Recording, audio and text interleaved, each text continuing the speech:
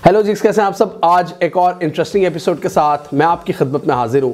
आज की इस वीडियो में हम बात करेंगे पाकिस्तान की एक्सपोर्ट से रिलेटेड एक ज़बरदस्त खबर के बारे में जो ब्लूमबर्ग में शाया हुई है। ब्लूमबर्ग, जैसे कि हम सबको पता है, एक टेक्नोलॉजी कंपनी है, एक मीडिया हाउस भी है जो कि फाइनेंशियल और इकोनॉमी के जो मैटर्स होते हैं उनको बड़े ज़बरदस्त तरीके से कवर करते हैं और इनकी दी हुई जो रिपोर्ट्स होती हैं वो मुस्तनिद मानी जाती हैं बिजनेस की दुनिया में।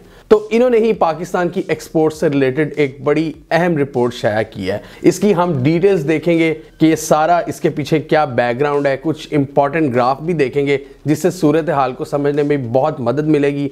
इसकी हम रीजंस जानने की कोशिश करेंगे कि क्या हैं इसकी रीजंस इस वक्त जो मौजूदा सूरत हाल है पाकिस्तान की एक्सपोर्ट्स की। और इसके अलावा हम पाकिस्तान की ओवरऑल एक्सपोर्ट्स देखेंगे, इनका मवाजना करेंगे पिछले सालों के साथ। पाकिस्तान की जो आईटी एक्सपोर्ट्स हैं उनकी भी ग्रोथ पर नज़र डालेंगे। इससे हमें ये जो पूरा मामला है पाकिस्तान की एक्सपोर्ट्स का उसको समझने में बहुत मदद मिलेगी। पाकिस्तान से भी कुछ रिपोर्टर्स हैं जो ब्लूमबर्ग के लिए काम करते हैं इकोनॉमी और बिजनेस रिलेटेड मैटर्स को, और ये जो रिपोर्ट तैयार की है उसमें फसी मंगी और कामरान हैदर शामिल हैं।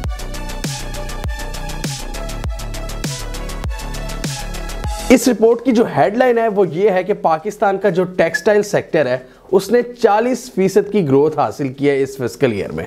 इस डेटा चार्ट को देखें तो पता चलता है कि 2 सालों में कितना बड़ा जंप देखने को मिला है। करंट फिस्कल ईयर में पाकिस्तान की टेक्सटाइल एक्सपोर्ट्स इस फिस्कल ईयर में $21 बिलियन तक पहुंच जाएंगी इंशाल्लाह। ये 2020 के फिस्कल ईयर के मुकाबले में 40% जंप है। लेकिन अगर हम पिछले सालों से कंपेयर करें तो ये एक बहुत बड़ा जंप है। आप देखें, इसमें आपको एक स्ट्रेट लाइन नजर आ रही है पाकिस्तान की टेक्सटाइल एक्सपोर्ट्स की, जो 12-13 बिलियन डॉलर्स पे ही थी काफी सालों से। तो इस बार $21 बिलियन तक ये पहुंच जाएगी और अगले फिस्कल ईयर में ये इंशाल्लाह $26 बिलियन तक पहुंच जाएंगी। यानी सिर्फ अभी 5 सालों से ही अगर कंपैरिजन कर लें तो 100% इजाफा, मतलब दुगनी हो जाएंगी। यानी 2018 में आप देखेंगे $13 बिलियन के करीब थी और सिर्फ 5 साल बाद इनमें हम दुगना इजाफा देखेंगे और ये $26 बिलियन तक पहुंच जाएंगी फिस्कल ईयर 2022 में।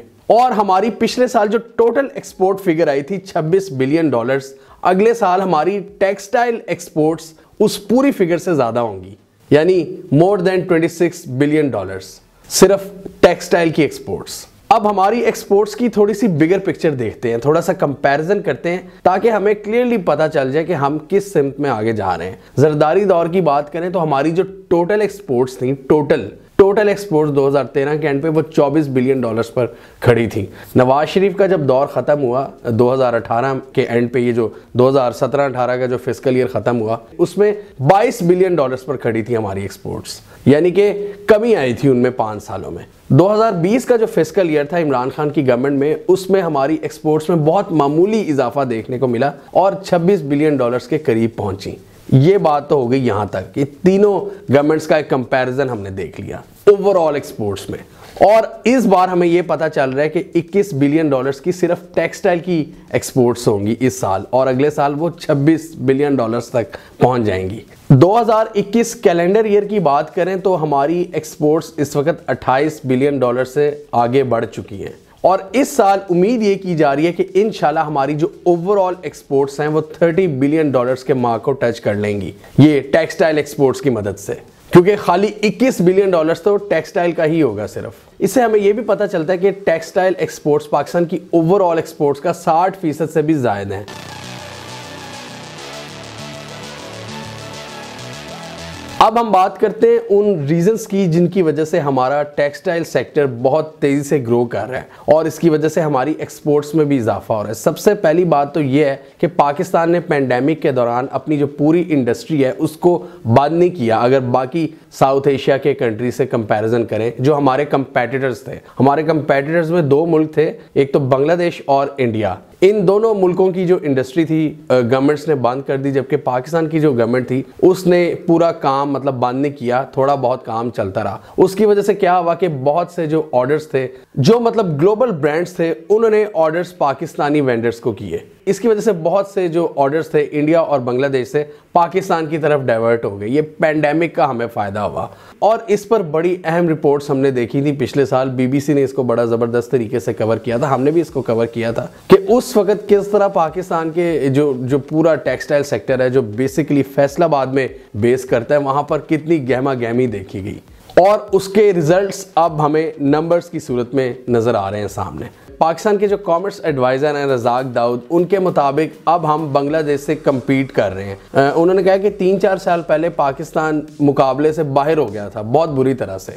आपको याद होगा कि हमारा ये जो असल कबाड़ा निकलना शुरू हुआ था ये जरदारी के दौर में, जब लोड शेडिंग शुरू हुई थी। वैसे तो लोड शेडिंग मुशर्रफ के आखिरी दिनों में, मतलब मुशर्रफ के आखिरी जो 1-2 साल थे तब शुरू हुई थी। तब पाकिस्तान के पॉलिसी मेकर्स ने मतलब ये देखा नहीं था, ये उन्होंने प्रोजेक्ट नहीं किया था, उनके पास विजन नहीं था कि जितनी ज़्यादा हमारी इलेक्ट्रिसिटी की यूजेज बढ़ी थी और हमारी जो इलेक्ट्रिसिटी प्रोडक्शन थी वो बहुत कम थी। तो उस वजह से लोड शेडिंग शुरू हुई और जरदारी दौर में इतनी ज़्यादा होगी कि वो इंडस्ट्री को भी नहीं दे पाए। तो वहाँ से फिर ये बर्बादी शुरू हुई थी हमारे पूरे ये टेक्सटाइल सेक्टर की और हमारे एक्सपोर्ट सेक्टर की। और आप देखें कि 2018 के एंड पे हमारी एक्सपोर्ट्स, टोटल एक्सपोर्ट्स सिर्फ $22 बिलियन के करीब थी। एक और रीज़न इसमें ये भी बताई जा रही है पाकिस्तान की एक्सपोर्ट्स में इजाफे की कि हमारी जो करेंसी है वो बहुत ज़्यादा डेप्रिशिएट हुई है और डॉलर के मुकाबले में वो बहुत ज़्यादा गिरी है, तकरीबन 60%।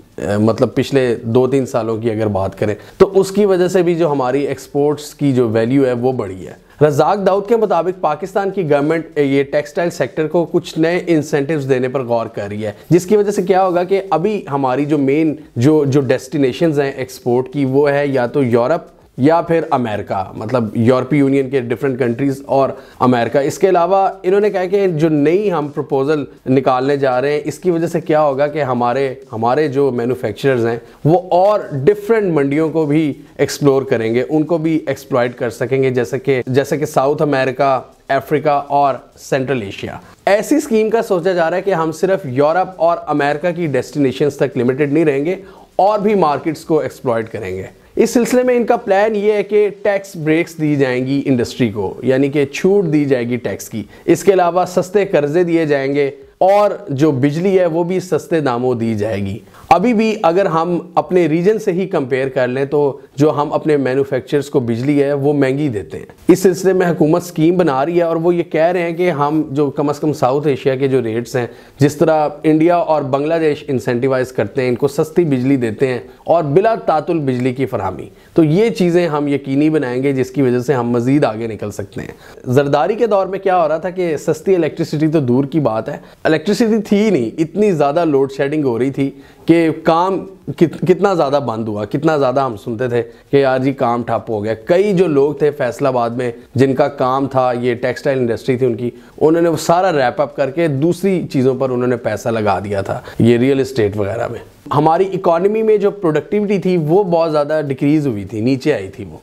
दूसरी तरफ बांग्लादेश ने क्या किया कि वो इतना आगे निकल गए हमसे कि एक तो बिला तातुल उन्होंने बिजली प्रोवाइड की अपने मैन्युफैक्चरर्स को, बल्कि उन्होंने सस्ती बिजली भी प्रोवाइड की, उनको टैक्स ब्रेक्स दी अपने लोगों को। ये जो दूसरी मंडियों को एक्सप्लोर करने की बात हो रही है, इस हवाले से जो सेंट्रल एशिया है वो चूंकि हमारा करीब है, तो उस हवाले से जो एफर्ट्स हैं वो गवर्नमेंट कर रही है बड़े ज़ोरों शोर से।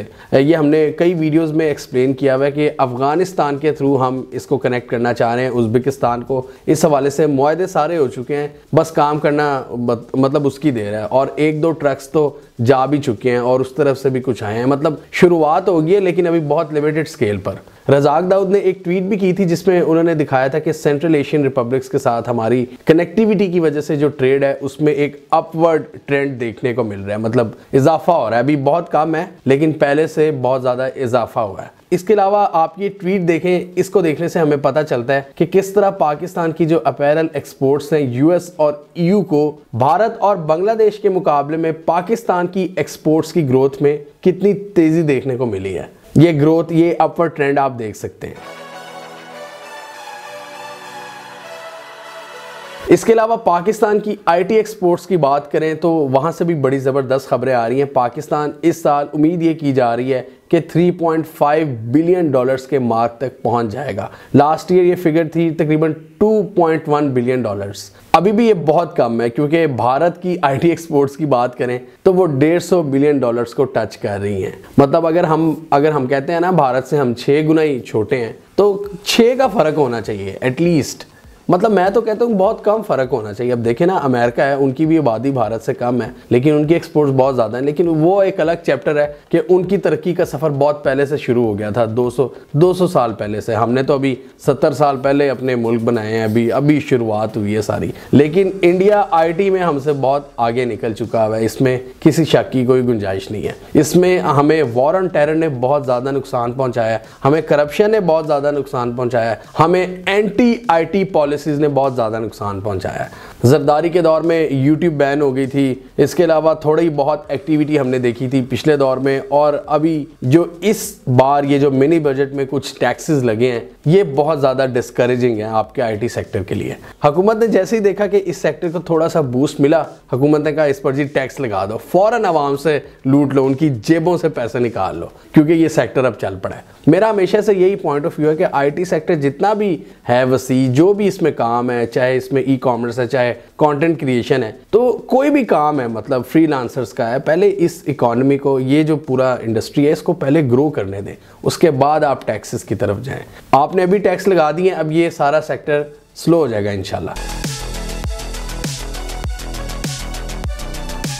पाकिस्तान में इस वक्त एक्सपोर्ट्स का बढ़ना ज़रूरी है। मुल्क में डॉलर का आना इस वक्त अहम है, जबकि इस वक्त हो क्या रहा है कि पाकिस्तान से ज़्यादा डॉलर बाहर जा रहा है। इंपोर्ट एक्सपोर्ट का बहुत ज़्यादा इम्बैलेंस देखने को मिल रहा है। इस वक्त अगर इकॉनमी की बात करें तो बहुत तेज़ इकोनॉमिक एक्टिविटी देखने को मिल रही है, और जब पाकिस्तान में इकोनॉमिक एक्टिविटी बढ़ती है, जब तेज़ी देखने को मिलती है, तब क्या होता है, हमारी इंपोर्ट्स बढ़ जाती हैं। मतलब इंपोर्ट में हमारी मेन चीज़ें क्या हैं, ये पेट्रोलियम मसनूआत हैं, गैस है, तेल है, ये पेट्रोल है, इसके अलावा ये इलेक्ट्रिकल अप्लाइंसेस हैं, ऑटोमोबाइल्स हैं, ये हम सारी चीज़ें बाहर से मंगाते हैं। और जब आपकी इकोनॉमिक एक्टिविटी तेज़ होती है तो तब ये चीज़ें फिर ऑब्वियसली ज़्यादा इंपोर्ट होती हैं। और इस बार तो वैक्सीन की वजह से भी हमारे इंपोर्ट बिल पर थोड़ा सा दबाव पड़ा है, मतलब वैक्सीन भी एक एडिड चीज़ आ गई है। अब इसकी वजह से क्या हो रहा है, एक बार फिर आपके इंपोर्ट बिल में इजाफा हो रहा है, और आपकी एक्सपोर्ट्स उस लेवल पर नहीं बढ़ रही जितनी तेज़ी से इंपोर्ट्स बढ़ रही हैं आपकी।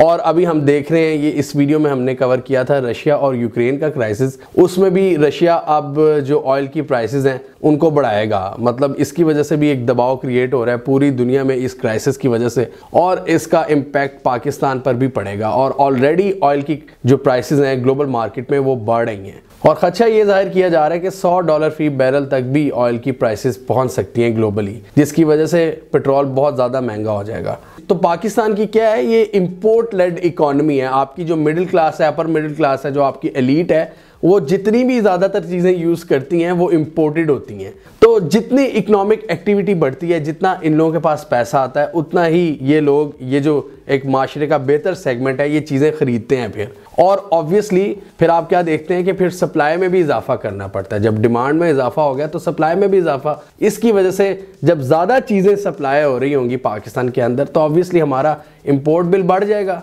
तो अमेरिका और चाइना के दरमियान भी हमने ये तकरीबन 3 साल पहले कवर किया था। जो ट्रेड वॉर्स थी वो क्या थी, जो चाइनीज़ एक्सपोर्ट्स थी अमेरिका को, यानी अमेरिका के अंदर जो चाइनीज़ इंपोर्ट्स थी वो बहुत ज़्यादा हो गई थी, वो $600 बिलियन से ज़ायद हो गई थी। तो अमेरिका ने क्या किया, ट्रंप साहब ने उस वक्त क्या किया कि उन पर टैरिफ आयद करने शुरू कर दिए, उन पर हैवी ड्यूटीज़ लगा दिए, उन पर टैक्सेस आयद कर दिए, ताकि जो चाइनीज़ जो प्रोडक्ट्स हैं उनकी कीमत बहुत ज़्यादा हो और आवाम फिर ख़रीद ही ना सके। पाकिस्तान ने अभी एक रिसेंटली इकदाम किया कि आईफोन पर जो टैक्स है उसको डबल कर दिए, वो तकरीबन 75,000 रुपया हो गया है, जिसकी वजह से बहुत से लोग परेशान थे।